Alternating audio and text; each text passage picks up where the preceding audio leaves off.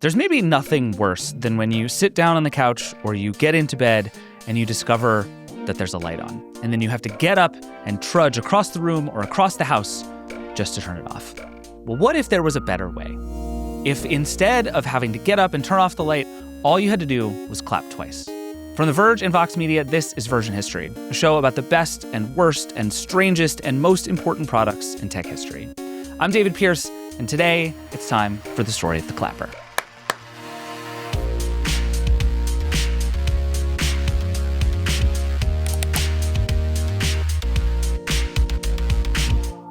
All right, we're back. It's time for the clapper. Yes. Joining me in studio, The Verge's V Song. Hello. Hi, V. You are our senior reviewer. You do wearables, but I feel like you're also our unofficial correspondent for Cursed Objects. Yes, I believe my new title is Senior Cursed Tech Dystopian Reviewer. So, yeah. This is what we're here for. This is the what it clapper. is. Also joining us remotely, Allison Marsh, historian of technology and the Past Forward columnist for IEEE Spectrum. Allison, welcome. It's great to be here. Thank you so much for coming. What is your home automation history like? Like, are you a person who would have used a clapper at any point in history here? The clapper came out when I was a kid, and I loved the idea. I absolutely wanted one, begged my parents, no deal, nothing, never got one. And, that streak is pretty much kept. I have zero home automation at my house right now. Nothing? Nothing. So if you just clap in your house, nothing interesting or cool will happen at all. Absolutely nothing at all happens if I clap in my house. So That's so sad, Allison. Also here with us is a clapper. This is not the first clapper. It's one of the ones that came later that actually got much better, as we will get to. The first one, by and large, not great. But this one actually seems to largely respond. So let's see if we clap it off. There we go. This clapper is just a big square box. It is the most beige box of all beige boxes. You can plug two things into it. We have a lamp plugged into it, and I am confident that lamp will come on and off dozens of times in the course of this episode. I'm very excited about it. So the story of this thing is kind of long. So we're just going to barrel through this because it's a weird history, and I'm very excited to talk about all of it. But first, Allison, I'm hoping you can help me set the scene a little bit here because this is the early 1980s, and this is, I would say, this is like the very beginning of the computer age. There are computers that are starting to exist, but this is not really yet the sort of computer era. But what this does seem to be is everybody is bringing wacky new kinds of devices into their house to help them do house things. What is going on at this moment in time in America? yeah, I mean, it's a time of hope, but it's also a time of, sort of the Cold War is winding down and, we're coming out on top on that one. So it has a lot of, enthusiasm, positive, and you're like, what can technology do for us? And pretty much everything is, the world is limitless. And we're like, okay, how are we going to harness that and, make our lives better? So, don't forget, this is also when we get the microwave oven. So it's all great. Yeah, it's a perfect example, right? And I think I was looking at this and there is this weird running thread at this time of how can we make every single thing somewhat more convenient, right? Like the microwave oven is probably the best example, but this is also the time the answering machine is really starting to take off. Mm-hmm. There is just this sense that maybe technology can solve all of our problems. And so we are going to over-technology every single thing we possibly can. Wow. Which makes this my absolute favorite era of American history. And the clapper story actually starts in Canada in the early 1980s with two people, Peter Liljequist of Canada and Ku Chen of Taiwan. They had this idea that they wanted a simpler way to manage a home automation system. They were just like, we want a way to automate some of the things in our house very easily. I think the idea of I would like to not stand up to go turn off that light is like an idea that has existed as long as lights have existed. Have that every night. Yeah. Because the bedroom lights in my house are, the bed is here and then the light is all the way across the room. And sometimes you're just like, nah, I'm just going to fall asleep with the light on. Or I do because I'm very lazy. And the funny thing is that I have smart lights, so I could just ask my smart assistant to turn the lights off for me. But it's dubious because my house is very vertical. And so the Wi-Fi doesn't always work, even though I have a Wi-Fi mesh extender. So, they're onto something. Yeah. Home automation and not wanting to turn off the light. It's a problem that still exists. Very much so. And I remember I used to sleep with a golf club under my bed, which was theoretically like my security system, but also because it was the perfect length. I could reach over and just kind of whack the light bulb off at night. That's great. Fabulous. Can't recommend it enough. But anyway, so these people run with this very obvious idea of what if I didn't have to get up to turn the lights off? And they invent a thing that is going to let them clap to do so. And they bring a prototype to this guy named Joseph P. Joseph P. ends up being the sort of central figure to this story and is a really fascinating guy who is not an inventor, but a product guy. He's a marketing guy. He is a person who is able to get the word out. He makes a lot of really exciting stuff. He's the ad man. He totally has it. Yes, and he's very good at this. And his claim to fame at the time, this was right around the time he's also starting to work on another project called the Chia Pet. Oh my God, he's Don Draper. Truly. Chia Pet, like one of the all-time great Allison marketing success stories, right? I mean, I got one, so yes, obviously, brainwash all of America. Yeah. So to some extent, this whole story is going to be about taglines. So let me just very quickly play you a Chia Pet commercial because it's important to me that this is stuck in your head for the rest of your day today. There's a new pet. Chia. Chia Pet, the pottery that grows. It's fun, easy, and educational. Just soak your chia overnight. Then spread the seeds like this. Chia. Chia Pets and Trees, the pottery that grows. I mean, the fact that we all know that, right? Chia.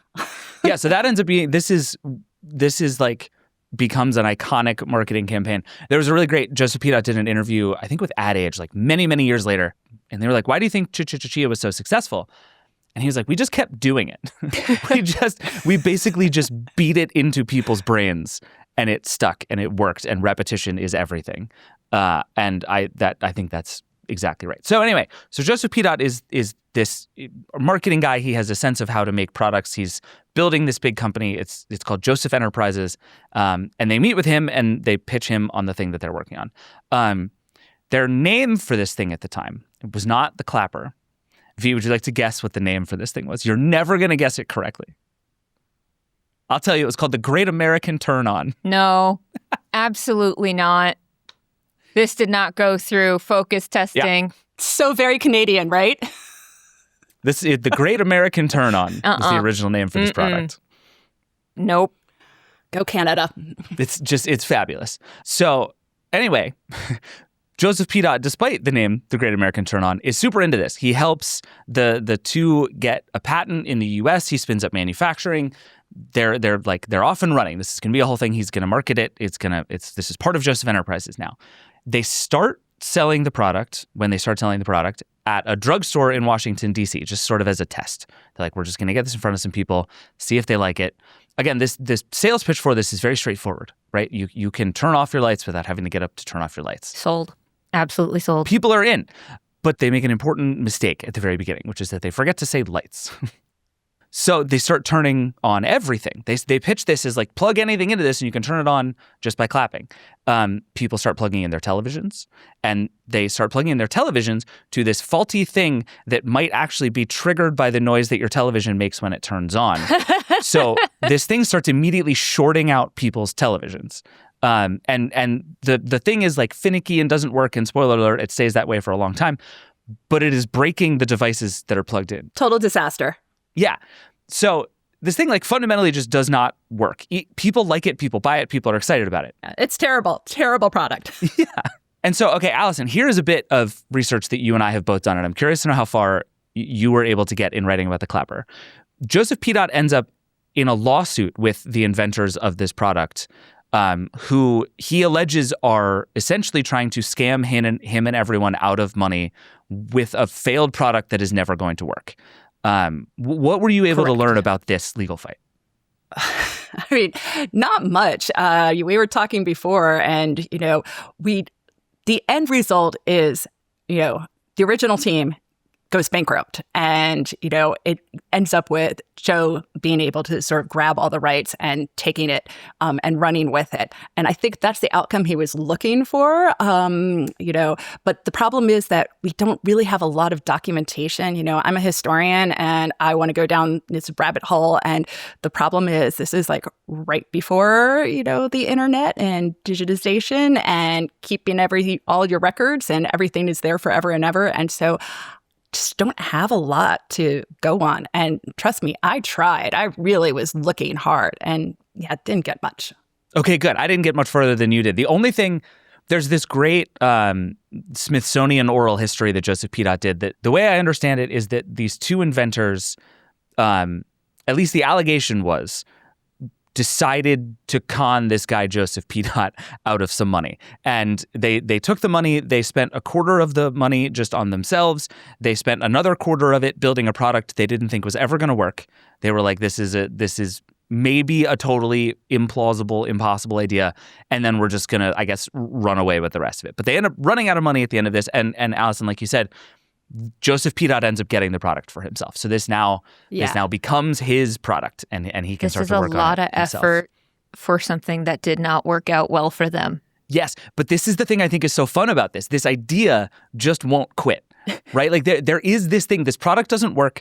It's a weird legal battle that you're in. But the idea of what if I could just clap to turn my lights off is so tantalizing to everybody.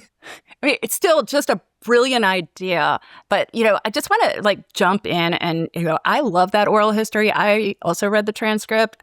The problem with that oral history is that it is only one side of the conversation, right? We have no idea what the other folks thought. And that's the problem. And so, Joe got to actually tell his story. He sits down with the Smithsonian, gives his oral history, and he's like, yeah, these people were scamming me. And there's nothing we could do to be like, I don't know. Was he scamming them, or was I driving them into bankruptcy? We don't have both sides of the story. That's very true. He does end up winning. Yes. Whatever that looks like. But I suspect this is part of the reason I spent so much time in vain trying to figure this out, because I do suspect there is more drama inside of that. I think there's a little bit more. Yeah. I mean, the drama of the clapper, it just goes so deep. This is what I'm saying. The lore of the clapper is so Clapper lore, much weirder than anybody realized. First phrase. But again, there is just this thing. And Joseph P. again, the guy who made Chia Pet famous. They sold 25 million Chia Pets. If he can do that, he can do anything. We have to trust this man's taste. He does hire engineers, the first thing you have to do is hire some engineers. That's right. He hires this guy, Carlisle Stevens, who is an inventor, to come and make a better one. And Carlisle Stevens, as best I can tell, is the first person to call the clapper the crapper as a derogatory term, for which he deserves an enormous amount of credit. Kudos to Carlisle Stevens. But he sets out to build a better one. They end up getting a patent for a better one, basically trying to figure out how do we make this idea actually work without destroying appliances or being finicky. I would say he solves some of those problems, but not all of those problems. Yeah, right. This is not the clapper they end up shipping is far from a perfect device, but at least it seems to mostly stop shorting people's television. Yeah, I mean, it's best to not blow up your appliances. That's good thing in a product that you're buying at the drugstore. Yeah, exactly. Also, a fun quasi-related Carlisle Stevens fact: he ends up patenting the idea that you could turn a light on and off by touching the base of the lamp. Oh. Extremely good idea by Carlisle Stevens. I had one of those lamps. It was my favorite thing. This is what I'm saying. Guy knows how to turn lights on and off. Yeah. This is what he's doing. Damn. So then they get to work. The clapper patent, by the way, actually, I should just say, is a delight. It is fun to read. Yeah, Allison, I'm sure you read this too. But they have to sort of explain the problem they're trying to solve. The beginning is always very technical. Sort of here is the thing that this describes. But then they have to sort of write the story of the problem. And I just want to read you a couple of really delightful excerpts. I love a exciting patent because most of them are not. No. Many people will elect not to use an electrical appliance such as a television or light if they must walk across a room to turn the television or light on. Thus, manufacturers have developed devices that remotely control and operate almost all electronic appliances. People is lazy is basically the outcome of this patent here. You're not wrong. And I mean, and also Allison, to these sort of Are you going to read the next sentence? from that? Oh, yeah. Like, do you have the Unfortunately. Because people are also lazy and really like bad with keeping up with the remote controls. Yes, this is great. So the very next sentence. Unfortunately, most remotely controlled appliances require a person to possess a remote control unit to operate the appliance. People love remote controls. People also lose remote controls. Is the thesis behind the clapper. I have AirTags in my remote controls, and I still can't find them. Yep. So Problem as old as time. All right, wait, sorry. I have one more bit of this patent I want to read to you. This is, again, the next sentence. This whole thing is just a brutal own of the American public. It says, the requirement of possession in itself can be a major inconvenience. Often a person must walk across a room to retrieve the remote control unit, and frequently it may be misplaced, which at best requires extra time and effort to find. I mean, have you seen some American houses? The rooms are big. They're real big. Walking across the room can be like trekking to Mordor. It's a struggle. Yeah. And so this idea resonates. Like it really, you can feel as bad about the fact that this is how people are as you want to, but this is how people are. Like just the very beginning of the idea where people are like, I want to watch television, but I have to get up and walk across the room to turn on the TV. Maybe I just won't. Is real. It's a real thing. Like, I think this is an experience people have now. And the remote control is not that old at that time, you know? Like, right. Remote controls are still new, and they've already realized that this is, like, the major flaw in a remote control. You lose it. Yeah, exactly. And this is like the first time that people are having these kinds of wireless devices kind of all around their house in a bunch of different ways. And it turns out they solve some problems and cause a bunch of other ones. So anyway, this is the world into which the clapper is coming. And again, you this idea just will not quit. There is something so exciting about this very basic convenience that just makes people want to get into it. But because this is Joseph P. Fundamentally the thing that happens here is a marketing story. And this is where I think there is an argument to be made. Joseph P. does an even better commercial jingle than the Chia Pet. Chia. Like, this is just a debate that we can have about which is a better commercial. But let me just play you. This is one of the early clapper commercials, and you just need to see it. And when I say early clapper commercials, they're all the same. So this just becomes the way clapper commercials work. Because again, Joseph P. thing is sheer repetition. I am going to burn this into your brain, and you will never forget it. Otherwise known as brainwashing. Yeah, that's exactly right. For 2 generations of kids, they never, ever, ever did forget it. Here it is. Clap on, clap off, clap on, clap off. The clapper lets you turn things on or off from anywhere in the room. Just plug in a clapper and a television, lamp, stereo, almost anything you want to clap on and off. Clap on, clap off, clap on, clap off. The clapper. The clapper is available at Venture and participating Ace, True Value, and Service Star hardware. Okay, I'm still going to give it to the Chia for like the actual like jingle. But the grandma just rolling over and clapping has been burned into my memory for like 20 years. So look at them, generational appeal. Like they get everyone with it. But also, did you notice in that commercial that both the light and the TV went off? So they clearly were showing, hey, we fixed that problem. But also, I don't actually think that's how the clapper worked. No. That commercial may have been a lie. So actually, this is a good place to get into this. So the way the original clapper worked is, I would say, pretty much exactly the way you expect. You clap on, clap off. It is essentially just a microphone. It had 2 plugs, and it's a microphone looking for sounds. They attempt to make it more complicated than that in its ability to like actually understand what you're doing and why. But basically, all it is it's a microphone, switches, and a sound filter. The mic is always on. You plug it into the wall, so the mic is always on, and the filter is essentially looking to the specific frequency of a clap, which has a noticeable sound frequency. It is not the only thing that has that sound frequency, which becomes a big part of the problem. But basically, it's this big frequency range in which you might be clapping, and they end up deciding, they do a bunch of testing to figure out that, okay, how do we make sure this works? Because if you just did one clap, any burst of noise will confuse this thing, right? And so you need something that feels deliberate, that somebody would have to do on purpose, that doesn't just like accidentally happen in your house all the time. because they know that lots of noises are going on in your house, and we have to make sure it can pull those things out and just hear when you're trying to clap in front of the thing. So they decide it's going to be 2 claps, and it ends up being very important that it is 2 claps in a very specific sequence. Rhythm. Like one of the reasons they do the clap on, clap off, that's roughly the sequence that you're supposed to clap. Oh, you mean like clap on is the Yeah. clap sequence? Oh, that's smart. Oh, there we go. If you hear the song, Yeah. Okay. you do the claps. So there are they basically have 2 switches, and one switch is controlled with 2 claps. So if you clap twice, it'll turn the thing on and off in that switch. If you clap 3 times, which, fun fact, I think over time turned out to be way more predictable. Like 2 claps, I think, is much easier to have happen by accident. 3 is much more likely to not get tripped and get lots of false positives. But 3 is the other one. So this ends up being the thing that they ship. And they ship it in a box with very specific instructions. And the instructions are, don't clap too hard. You don't have to clap too hard. You don't have to clap too loud. This can be easy. The timing is very important. The volume is not the thing. Really, all it's looking for is a burst of sound. And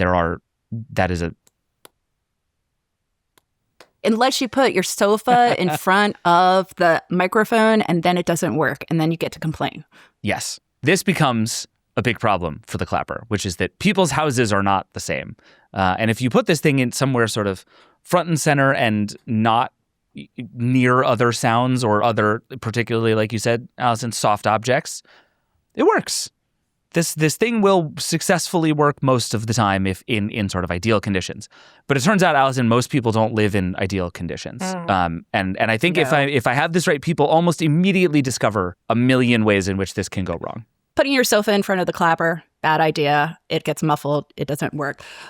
Clapping too softly actually is a problem. So if you do it too quietly, it doesn't work, right?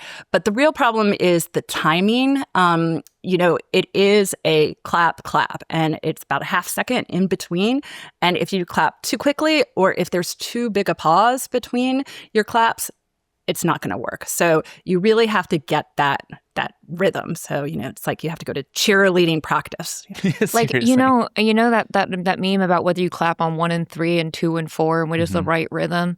Our country can't even agree if we're 1 and 3 clappers or 2 and 4 clappers. So, It's tough. It's tough. It's tough. And so this ends up being a much more successful version of it. They solve a bunch of the problems. It doesn't break anybody's TV. They put this thing on sale. It costs $20, which was a lot more in the 80s and 90s than it is today, but is still like a relatively affordable technological object. I mean, for the convenience, absolutely. Totally. Still, my parents weren't buying it for me, so. Oh, mine wouldn't buy it for me either. I feel like every single time I come on Version History, I'm like, yeah, my parents wouldn't buy it for me because I really wanted it. And I wanted this one too. Let's quickly take a break, and then we're going to come back, and the clapper goes off to have a very strange life. Oh, there we go. We'll be right back.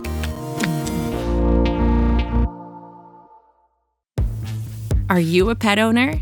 Every 6 seconds, a pet owner in the U.S. gets hit with a vet bill over $1,000. Always an unwelcome surprise. That's where Fetch comes in. Fetch is the most complete pet insurance for dogs and cats, according to consumeradvocate.org. You get paid back up to 90% of vet bills at any vet in the U.S. and Canada, with claims paid back in as little as 2 days. Go to fetchpet.com/save right now for your free quote. That's fetchpet.com/save. All right, we're back. So a very fun piece of the research that I did here was to go and try to find all of the problems people had with things that would set off the clapper by accident. I would just like to present a few of them to you guys, if that's okay. Closing a door very loudly would often set off the clapper.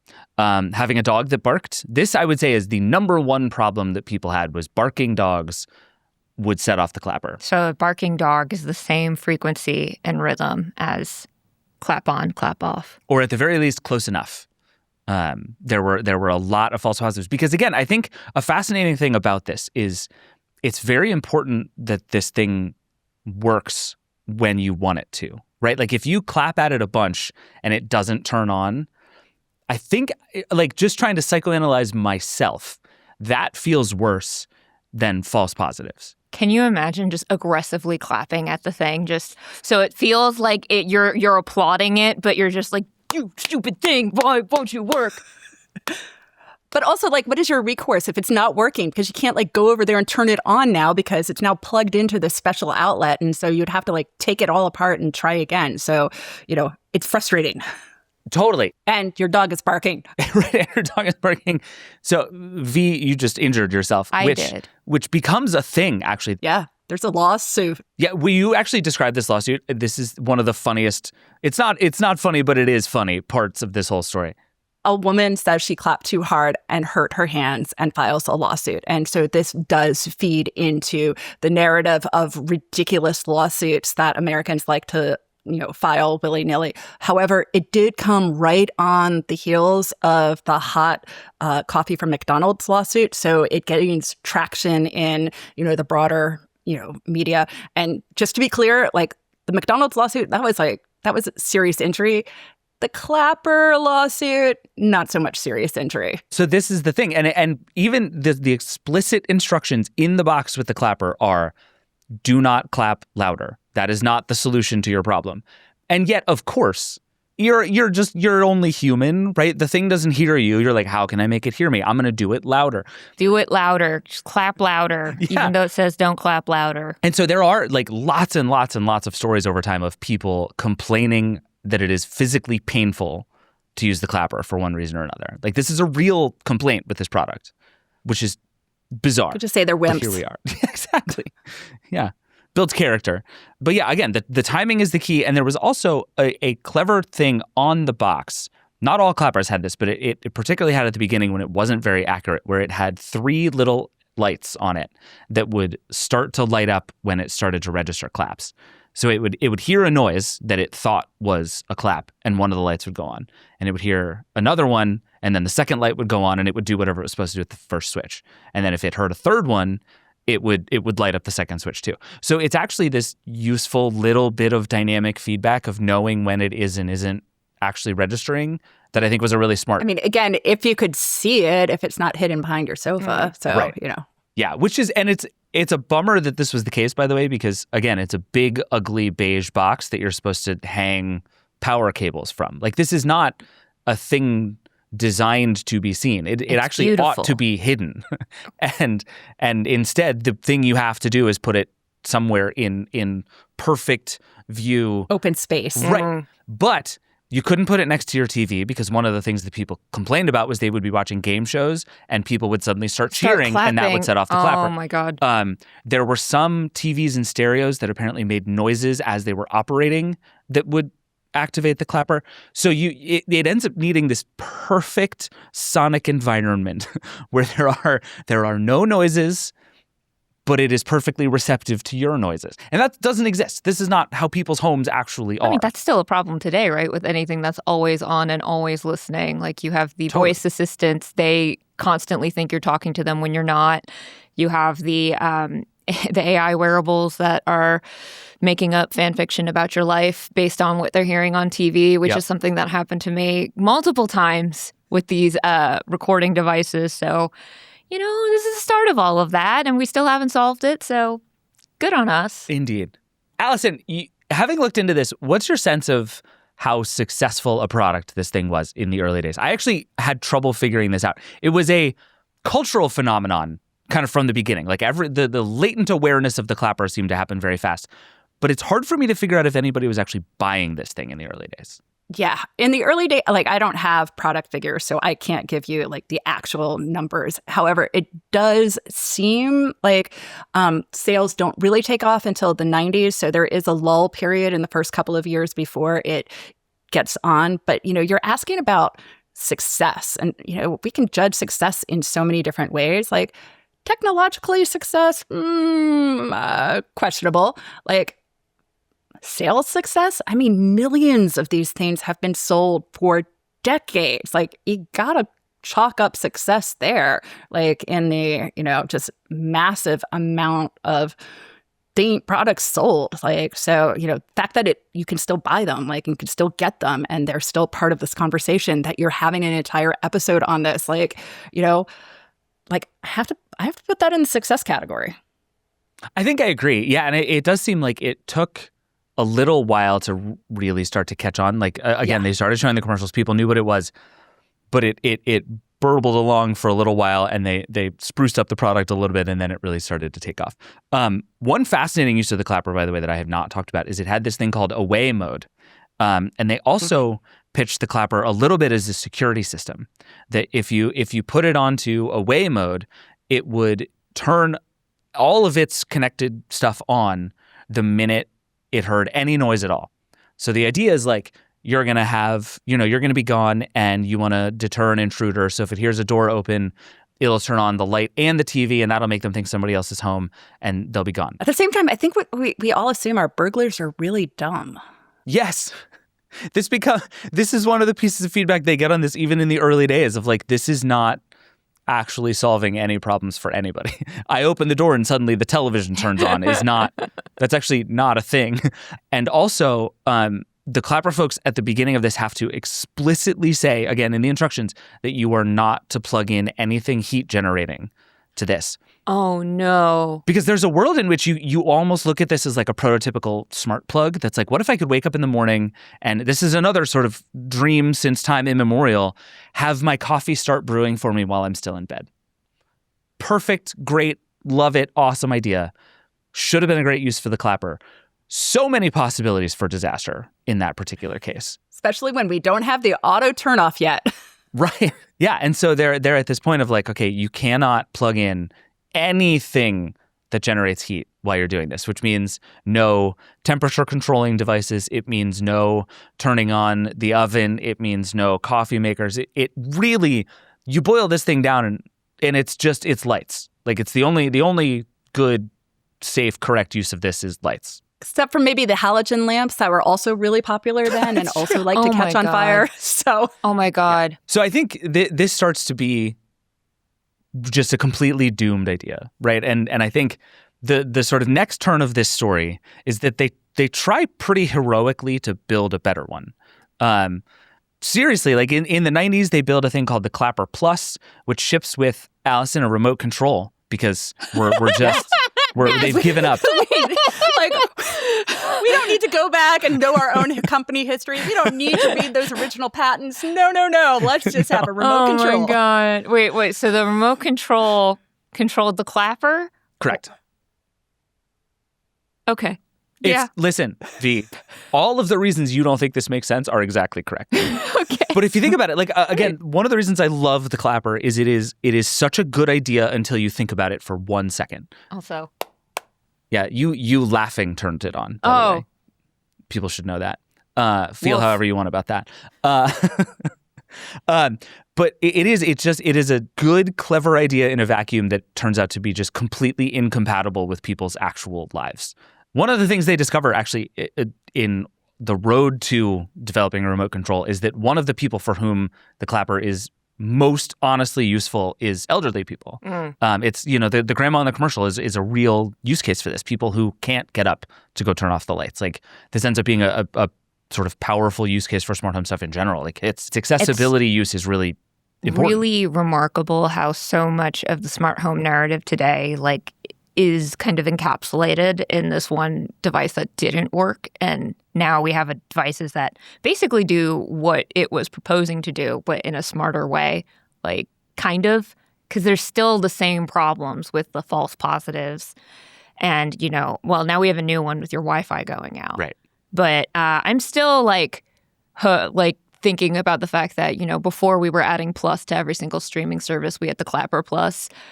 And the concept of having a remote to control the thing that you bought to get rid of your remotes. This is what we do. This is what we do. That is the cycle of technology. You just described it. Yeah. Basically, we forget everything. We forget everything that we've ever learned. So we're just like, let's try it again. Yeah. But this group of people, the elderly users, also not into the idea of spending a lot of their time loudly clapping for a variety of reasons, right? So the idea of having a remote control to essentially control a smart plug in the wall works, makes sense. like I would like to be able to easily, with a button, turn off my light from across the room, is maybe the most directionally correct idea the clapper ever had, which is very fun. And so they end up, they start working on these things. They add surge protection so that if something, happens to one of your devices, or if something happens in your house, it won't all fry and fall apart. They add more outlets. They let you train different kinds of claps to do different kinds of things. They develop sort of more complicated macros. So again, there's like, if you just take the very nuggets of these ideas, they're kind of right? They like are. we want routines, we want scenes, we want macros, we want to be able to do more stuff from more places. It's like it's all right there. They just had this fundamentally wrong idea that we should be starting with an acoustic switch that you control by clapping. Could you just imagine like trying to like do a series of commands and having to clap all in different rhythms and patterns and just you like Morse code your way through all of your commands. Just like flamenco. What's the dance where you're just clapping all the time? Yeah, exactly. It's like, oh, let me start the coffee maker. Yeah. Yeah. I mean, like, the problem is that they're working with the technology they have at the time. And we don't have it's just not there yet, right? We're so close. Like, the timing is so close and it's just not there. I know. This is actually one of the fun sliding doors moments of when this thing came to be. That is like, if you even start developing this 10 years later, you probably do it completely differently, and it ends up being a really different kind of product.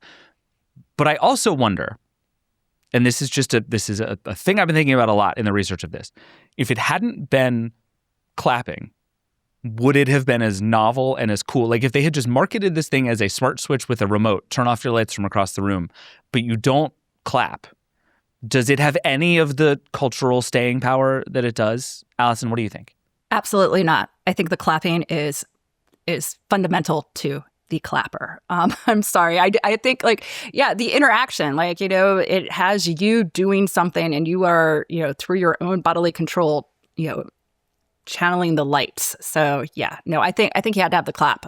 If it was just another remote control that you're going to lose, why? I don't think it would, no, the clapping, it's important. And I think it had to be clapping. I don't think it could be something else.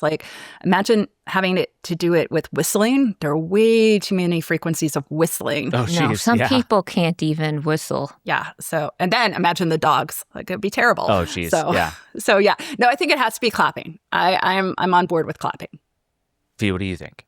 I think, I don't know. I'm kind of mixed on my opinion there, because I do think that the idea of just having a remote to turn off the light, there's a subsect of tech dads who have existed since time immemorial who would have been like, oh, look, honey, more buttons. I don't have more buttons, and absolutely. would have been totally into it. But I do think there's something universal about clapping. It doesn't matter what language you speak, you know how to clap. And just the jingles of the time and the fact that I remember, when we were talking about this episode, I didn't remember the name of the device, but someone was like, it's the thing where you clap and lights turn on. And I was like, oh, core memory unlocked. So I do think that the clapping, it has a rhythmic, acoustic, it's kind of like a hook in a music song where it's really catchy, where it gets stuck in your head. So I don't know, maybe Joseph P. could have come up with a jingle for the remote light. I believe in him. He could probably figure it out. But the clapping, I think, is pretty iconic. I just keep trying to imagine the commercial without the clapping. And it just doesn't, I just feel like there's no way to make it hit as hard. Well, I don't know if it was still called the Great American Turn On, maybe. I can imagine that commercial, right? Just imagine that one going on. Yeah. Turn off America. I don't know. That was perfect. I changed my mind. That was it. We did it. The Great American Turn On, I think, would have been very successful in the United States, but would have had a lot of very confused buyers for what was going on here.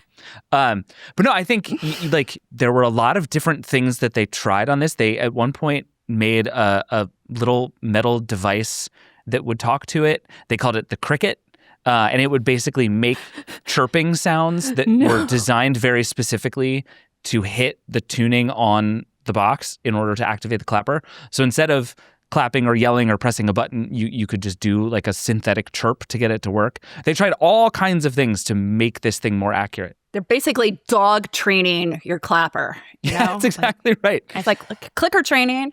And they obviously have never interacted like with little kids. Like, do you know how horrible that would be with everybody? Pets. Like all of their clickers. Like, I feel like pets are the greatest foe of the clapper. And even with this chirpy thing, do you know how triggered my cat Petey would be hearing that thing? He would just go, he just hears the thing and he goes, and then he's like in murder mode. So the clapper would be killed by Petey. I mean, sort of a, default state for most cats. So yeah, That's exactly right.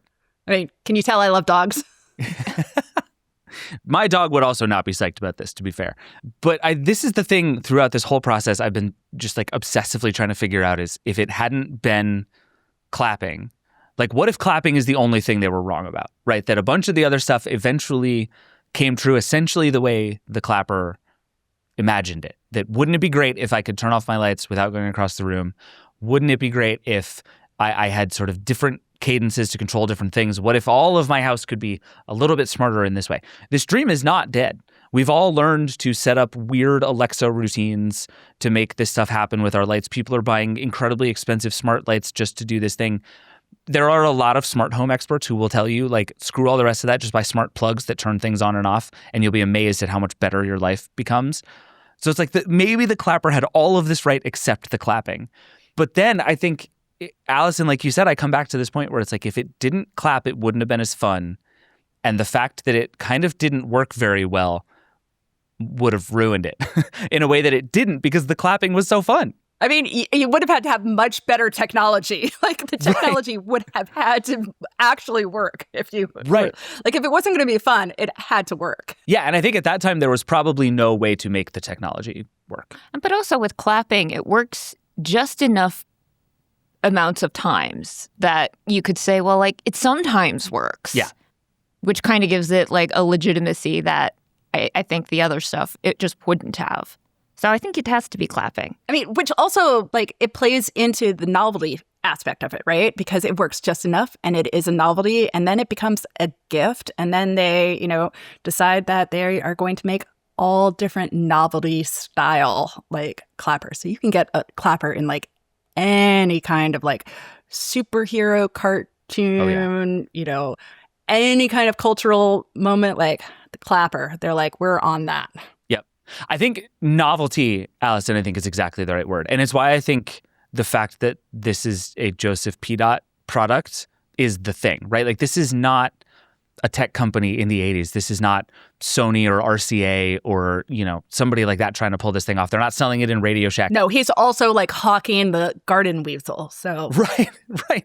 And they end up making the Of glove. Like this is the most silly as seen on TV kind of stuff that you can find. Even the box is this very like kitschy, fun, extremely 80s thing that is not in any way a tech product, which I think is so fascinating. Like it's in a certain way really high tech, and yet in no way is it actually sort of considered or marketed or sold as a tech product, which I just think is really interesting. And there's not a lot of things out there quite like that. But they do continue to try to make better clappers. There was a Bob Ross clapper. I love that. That would say things to you. Like, there's a lot of clappers still out there, but they make them work better. I think over time they actually got to the point where they were like substantially better. They're pretty reliable. Yeah, like I don't think you can't fix this problem completely just because there are other things that sound like claps in the world, but they got much better over time. But the problem was right about the time they started to get better, better technology seemed like it just started to completely leave it behind. Right, Allison? Is that a fair characterization? 100%. Okay. What left it behind? So many different things. Well, first off, like internet and Wi-Fi came along and like then we changed that. But also things like fluorescent light bulbs came along and the clapper is not compatible with fluorescent light bulbs. And so, and then you end up with televisions that are always on and you then are using the remote for, changing channels and things like that. And so suddenly the technology of your other appliances has outstripped just the technology of your electrical socket. And so, it kind of goes wrong in all of the ways it could go wrong. That's actually a really good and I think important piece of this that I had not really thought about until I started doing this research, that there was a long time that the only power state most of your devices had was plugged or unplugged. If you plugged it in, it was on, and to turn it off, you unplugged it. And that is how many things worked for a very long time. Now the only thing I can think of that I own that works like that is my George Foreman grill. I have a like decades old. V just turned it on by laughing again. This is the greatest thing that's ever happened to me. I have a very old George Foreman grill, and it has no power switch. It has no states. You plug it in and it's on, and then you unplug it and it's off. And for a long time, that's how electronics largely worked. But then, like you're saying, Allison, we got to the point where your TV could be plugged in and off. And what it's actually doing is going into an essentially powerless, but not all the way powerless state, so that it can do things like turn on faster. Vampire mode, exactly. Well, it's sucking out your electricity. Right. And so many other devices work like that. And the way the clapper worked was by just cutting power to the thing. So the whole sort of foundational idea of this just kind of falls apart right as the technology for it to work actually becomes sort of useful.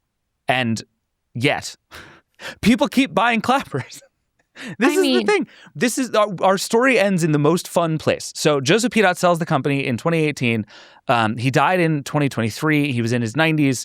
He had a good long life. He was a philanthropist, truly fascinating guy. I encourage everybody to go spend a few minutes reading about Joseph P.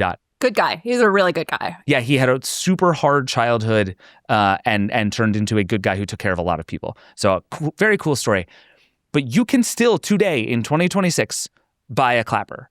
You can go on Amazon and you can buy a Mandalorian and Grogu themed clapper. You can buy a Darth Vader clapper. Like this thing persists. Seems like a very specific subset of people who are wanting this. You can tell. It's true. Oh, who are the people who want that? What universe are they in? I don't know. I want the Bob Ross one. I want to clap and have him go, "Happy little trees," and then go to bed. That's what I want. Sure. But here's my thing. Every bit of the novelty of that can be achieved 1,000 other ways. And I'm not pretending these are hugely successful. Nobody is comparing the sales of the C-3PO clapper to an Amazon Echo speaker, right? But these things are still out there and people are still buying them. And you can go on Amazon and you can buy new ones that have recent reviews. There are humans in the world buying these things. How much do they cost now? We also have this is I think the most modern version of the clapper. You can currently buy it on Amazon for $23.99. This just looks like a smart plug. That does look like a smart plug. Price has not changed. I know, it's kind of amazing. It's a beige box.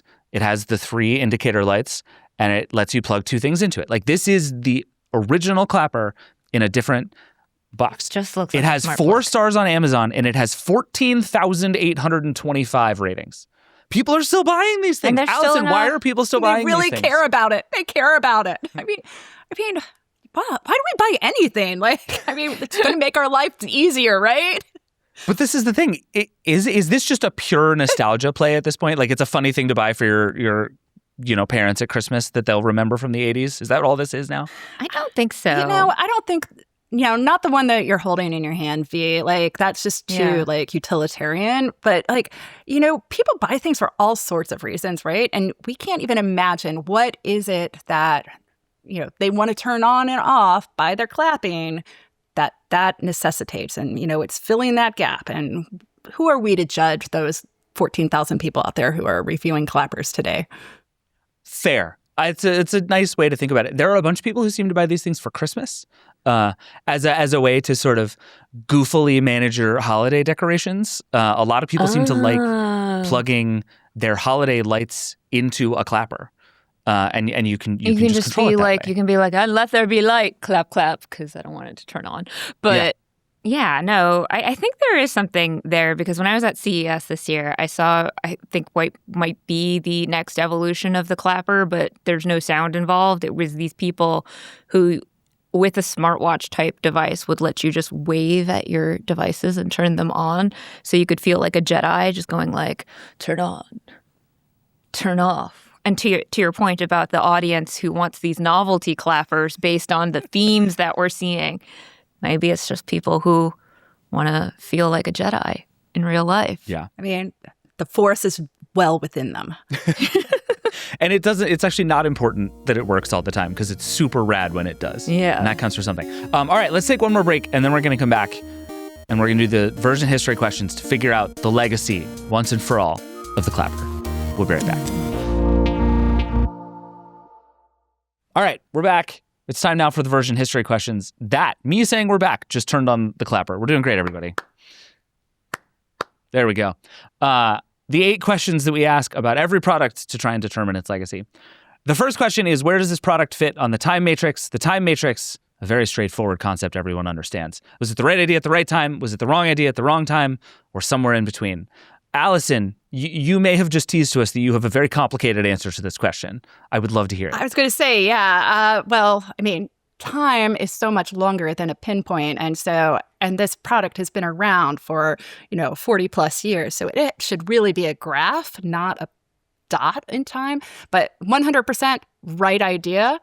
And I actually think it's right time in its placing. Yes, I would put it there. Interesting. But then, as time continues, so you have to make your, graph dimensional here, add in a third dimension. It slopes. It's always the right idea, and then it falls out of time. Okay, so you think it's the right idea the whole time, and at first it's the right time, and then it's the wrong time. Correct. Interesting. See, my immediate response to this is wrong idea, wrong time. This thing is like a total whiff on everything that it's actually trying to do. But this is where, like, Allison, you said the word novelty, and now I can't get it out of my head, right? Like, this thing as a silly, fun thing to have in your house was great. And everything about it was actually executed correctly if that's the direction you're going. If you're trying to make this a successful precursor to the smart home, they whiffed, right? Like every important thing they tried to do, they did wrong. and so I guess in that sense, like maybe it is the right idea, just bad execution. I just think it's the right idea, the wrong time. You think it's right idea, wrong time? The idea has persisted for 40 years. We want to hope forever that you could just do the thing and have the lights turn off. This is like an innate human desire for, I think, until we no longer have electricity and we go back to a post-apocalyptic world where there is no electricity. So I think I agree with Allison that it's forever the right idea, but like there's just never the right time for it. Never the right time. It's never the right time for it, except maybe in the week before Christmas, where dads everywhere just want to clap and say, let there be light. That's the only time. So I think to Allison's point, we need a third dimension. And for 1 week every year, right before Christmas, it is the right idea at the right time.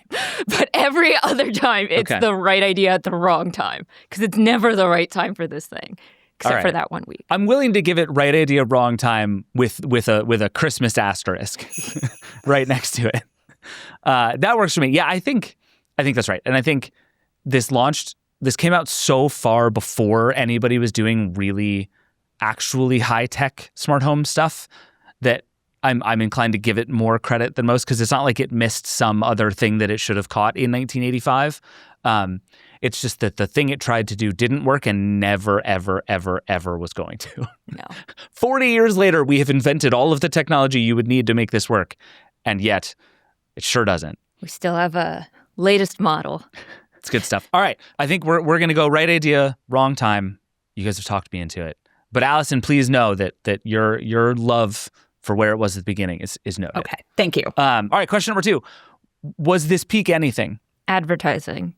Peak advertising. I was going to say peak as seen on TV. That was my first one too. Yeah, no, absolutely. Like, I mean, it's also like that gets back to the right time because it is a time when actually advertising could reach everybody at the same time because we only had, 3 to 5 channels depending on when you are. So everybody saw this commercial. Now no one sees any of the same commercials. So that's such a good point. Yeah. And this was kind of right at the end of that era, right? Like cable and stuff start to grow up right then. Yeah, it's right as like cable's coming on. Yeah. Yeah, that's interesting. So this is sort of the last chance you ever have to brainworm people in this particular way by beating a commercial and a jingle over their head. Unless you put it on TikTok now, it's just a different QVC channel where I can just imagine someone doing a TikTok dance with the clapper. Can you imagine that? Could you do that dance for us right now, V? It's probably, you know what? It's the Charlie XC song dance with the clapping. Oh, that's good. With the apple dance. That's the clapper TikTok dance. To everybody watching and listening to this, please make a clapper TikTok dance, share it on TikTok, and if this becomes a thing, we will make V do it on our TikTok. I'm a terrible dancer, but I'll do it. Was this peak clapping? Was this the coolest clapping ever was? I feel good about Peak novelty. Peak novelty. Not bad. Ooh, that one's hard. There's a lot of novelty out there. Is this peak novelty? I think even the Chia Pet is probably more peak novelty than I see. Like Joseph P. Dot might have been peak novelty. He was. Did you guys have anything else? Peak anything? Laziness? Oh, peak laziness is a high bar, Allison. That's a lot of. Have we gotten less lazy since the 80s? I mean, we still want this product, so like. That is true. I had a real moment in researching this where I was like, this seems good. Maybe I should get one of these. I've been fighting that feeling this entire pod. I was like, do I want one of these? Because, I got the smart lights. I got them on a routine. The answer is yes. It's only $23 on Amazon. Also, one thing this has going for it we'll get to this in a second, but I have a very clear answer to the question number 5. What feature of this thing should every current version have? Actually, let's just do this out of order. This is the next question, and I'll answer this first, is what feature of this thing should every current version have? And my answer is one very simple, common knowledge way to turn something off. Like right now, if you have a smart home, your smart home is utterly unknowable to anyone other than you, including possibly your spouse, including anyone who doesn't live at your house that comes over. You have to have named your lamps things so that people can address them directly and turn them off. And the idea that I am sitting on your couch and I want to turn the lights off and I actually know how to do it because all I have to do is clap twice, that didn't work, is a very good and powerful and correct smart home control that I think to me is one of the reasons this is so enticing. Is you don't have to set anything up. You don't have to learn a new behavior. You don't have to remember how it works. You just didn't work again that time either. Okay. Clapper's doing great, everybody. This is and to your point. That to me is actually one of the things that is so enticing about this is you already know how to use it in a way that doesn't exist with most smart home technology. A universal turnoff is something that I do want because I have and existed for the last 2 years. I bought my first home with my spouse, and it has been a 2-year Cold War about how we control our lights. Yep. I use voice control, and I've taped washi tape over all the manual switches because if he touches those switches, my voice control is not going to work. And it's an argument every single day because they're like, why? Let me show you how to do a shortcut on your phone, and it's much easier to control it that way. So and meanwhile, he just walks over and just turns off the light. No, we don't touch. It's a whole argument. I wrote about it for the Verge.com about how smartifying my home turned into a Cold War over lights, and it persists 2 years later. So I would love a universal just clap, clap every night and all the lights turn off. But just all on, all off. That seems like a really easy way to turn things off. Yes. Yeah. And instead, we've just vastly overcomplicated everything. I guess the flip side is that it works more often when you do those things, but people don't know how to do them. Allison, what's your answer? What feature of this thing should every current version have? What should we steal from the clapper for 2026? I think it needs to work. Can we just have work? Oh no, I did it again. The feature just needs to be work. It's a good idea. I support this. It's a crazy idea, but I like it. I also appreciate the indicator lights that sort of tell you when a thing is listening to you and aware and working. There's also not enough of that in the smart home. There's a lot of shouting at things and hoping it registers. Me every day. Yeah, and things just sort of silently fail all the time. The clapper at least tells you it can't hear you because nothing happens. Okay, going back to the other questions. If you could time travel back and develop it yourself, could you make the product more successful? No. I think it's a fixed point in time. Like with all the time travel theories, there's just like an immovable point that can't be changed. I feel like this is just there's nothing I could do besides making it work. Well, so this is what I was going to ask is, do you go back and tell Joseph P. don't even try with this, it's never going to work. This is a doomed product. No, because it's not doomed. It's a success, right? Again, true. Millions and millions sold. Except for not working, it's a success. No, I'm with V that this is a fixed point in time. I'm all about the time travel, and you are correct. There's nothing you can do. However, I am a historian, and what I would like to do to maybe not make the product better, but to make the story better is say, okay, let me set up your personal archive here so that we will have all of the right documentation to do this. And, this is something I think about all the time right now because, historians are always trying to be like, what could we save today that will be useful in the future? And, we were always having to judge, this is like the challenge for archivists, right? Because you can't save everything. You need to just keep it, right? And so, there's so many people who I want to just be like, hey, Hudson Williams and Connor Story, let me set up your personal archive so you know how your biography is going to be written in 50 years. So, that's what I would like to do. This thing is preventing me from laughing. Allison, it makes me incredibly happy that if we invent time travel, you're going to go back and just tell people to take more notes about themselves. That's very heartwarming. I love that for you. I'm just going to be like, these are the things that you need to save. All this other stuff, let it go. But this is what you need. If you want your story told the way you want it told, let's be clear. Yeah. Yeah, I buy it. I think I tend to agree that there's not a thing we could have told him that he didn't already know, right? Because the fact of it not working great, abundantly clear to everybody, including him at the very beginning. He bought a faulty product. Exactly, knowing that it was. The first thing he did was hire engineers and say, make this better. He knew that this was a terrible product. Totally. And then also he's like, and I'm going to sell it. Right. It's no qualms at all about that. No, none. Just didn't even care. Yeah, I'm glad that he becomes a great philanthropist because otherwise you're just knowingly selling terrible things. He could have used his powers for evil. That is absolutely. Definitely true. But yeah, it's good that he turned all of his ad magic to funny things that people had in their houses and not something more nefarious. I kind of wonder if you go back and you're like, Joseph, don't even worry about trying to make this thing better. You're going to spend a lot of time over the next 20 years trying to improve this product. Don't worry about it. It's never going to get there. Just keep selling this. Make more commercials. It's going to be fine. All right, next question. Question number 4. Will the youth ever make it cool again? Allison, do you think there's a nostalgic rebirth in store for the clapper? I have questioned, was it ever cool? And who was making it cool?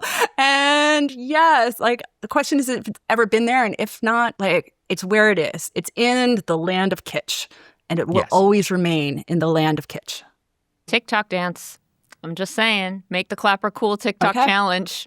I'll do it. I'll do it. It is the horror show of a TikTok dance meets the flamenco to get a clapper on and off is really an idea whose time has come. I'm pretty excited about it. All right.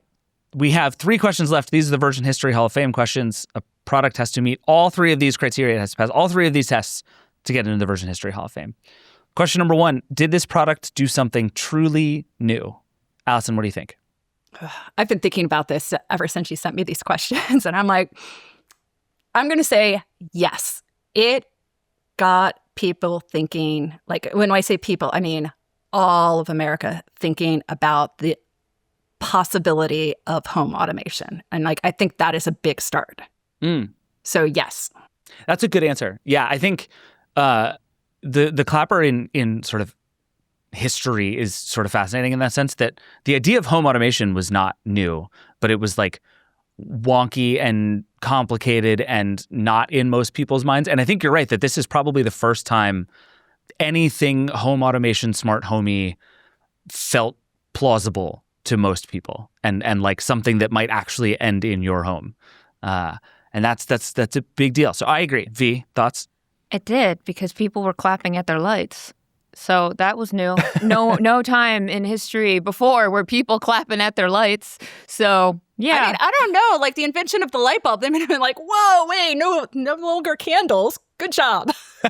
Okay. Besides that point where people went, oh, electricity, clap, clap, clap, which is arguably for electricity, not the light. At no other point before the clapper has anyone gone like, oh, clap, clap. So You don't think Thomas Edison was sitting there in his lab going, why is nothing happening? no.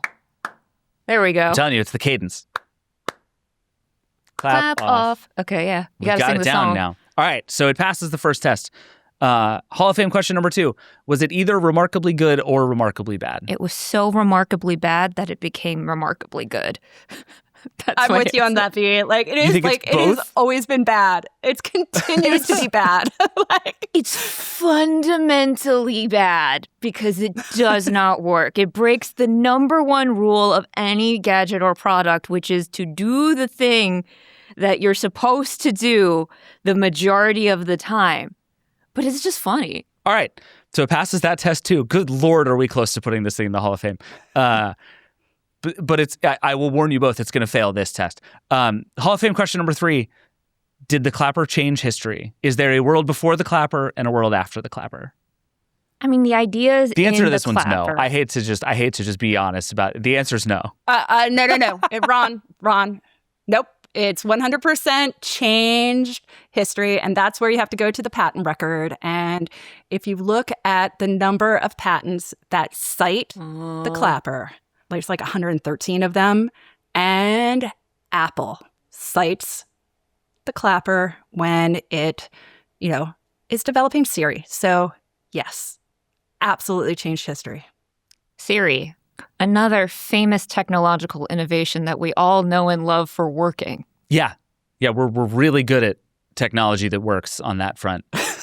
So that's the clapper's true legacy. Is it gave us generations upon generations of products that didn't really work. It gave us generation upon generations of product where the idea is so good and tantalizing that you want it, but you just can't make it real. Well, I mean, it gives us optimism that it's going to work one day. It is going to work. Come on. I mean, we're basically saying its lasting impact is false hope, but I mean, like if it passes all 3 of these questions, which I think is so intrinsic to the clapper, it does so by accident. It's not doing it from any point of intent.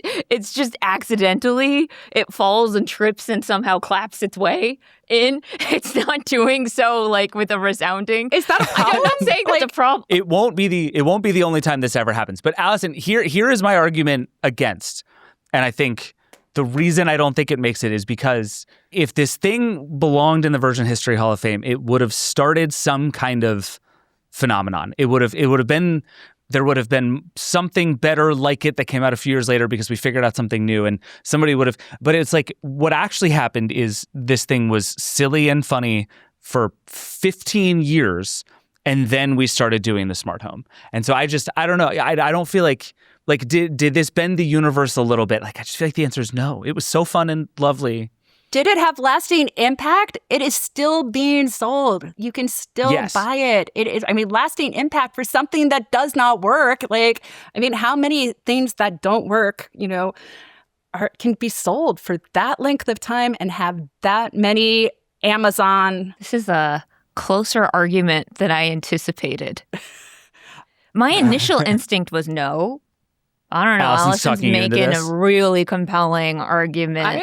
But like I said, if it gets in, it's tripped and fallen its way in. Without question. Again, but that's not a problem, right? All of history is like that. How many different products are should be in a Hall of Fame because it was a mistake? We've got penicillin and Post-it notes. Those are both mistakes. I think you're the big 3 inventions in history: penicillin, Post-it notes, the clapper. But I think your most compelling argument is that its patent is actually cited by things that. I think that's the most compelling argument for it having an impact, but that's because this patent is hilariously general. It's what if it could hear things and do things? It's okay. Fair. Sure. Fair. I have never done this in the history of this show yet, but Allison, You make an incredibly good case, and I think you're probably right, but also this thing cannot make it into the Version History Hall of Fame. I'm so sorry. It can't. It can't. We cannot. I mean, your reviews are going to tank here. Like, all of those Clapper users are going to come back and haunt you on TikTok and be like, no, you are wrong. I look forward to my professional legacy being, I am the wet blanket who ruined the Clapper for everybody. It's fine. It'll go hand in hand with the viral sensation that is the Clapper TikTok challenge dance that I will humiliate myself on the internet. When that becomes the biggest thing in the history of the internet, we'll put it into the Hall of Fame. Okay. So that's what we need. We are one viral TikTok challenge away. Sounds like vindication is just like one TikTok away. I agree. All right. This feels good. I accept these terms. All right. Thank you both for being here. This has been so much fun. What a deeply bizarre thing we got to spend this time talking about. But thank you both so much for being here. This is incredibly fun. Allison, super grateful for your time. Thank you for being here. You're welcome. It's been fun. All right.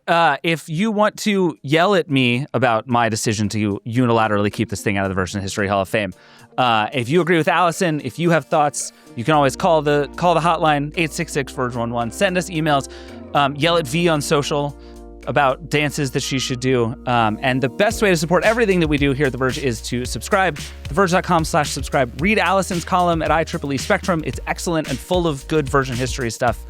Thank you so much for watching and listening. We will see you next time.